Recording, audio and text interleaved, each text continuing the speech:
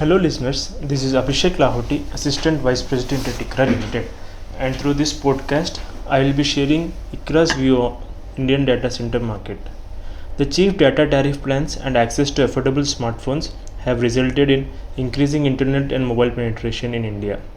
This, coupled with adoption of new technologies and growing user base of social media, e-commerce, gaming and OTT platforms, are some of the key triggers for data explosion in India. These have resulted in India currently having highest average monthly data usage per smartphone. Further, favorable regulatory policies like Draft Digital Data Protection Bill, infrastructure status to data centers, special incentives from central and state governments are expected to boost data center investments in the country. Overall, around 5,000 megawatt of capacity involving investments of rupees 1.5 lakh crore are likely to be added in next 6 years. Mumbai, Hyderabad and NCR to account for 70 to 75% of installed DC capacity by 2028.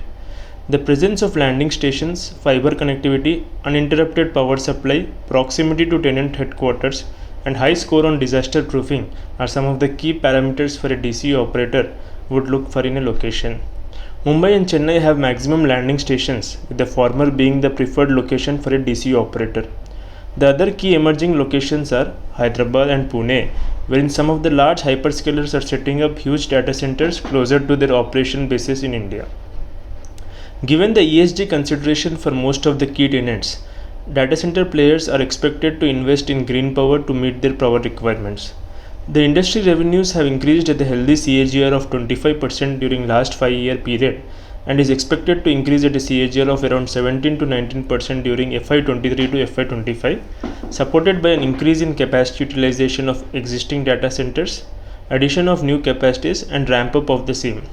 With increase in revenues and better absorption of fixed cost, operating margins are likely to improve and remain in the range of 43 to 45% during next 3 years.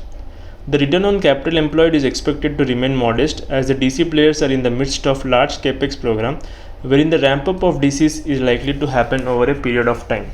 This, along with large debt funded capex, could exert pressure on credit metrics of the players. Thank you for listening and stay tuned for our upcoming podcast.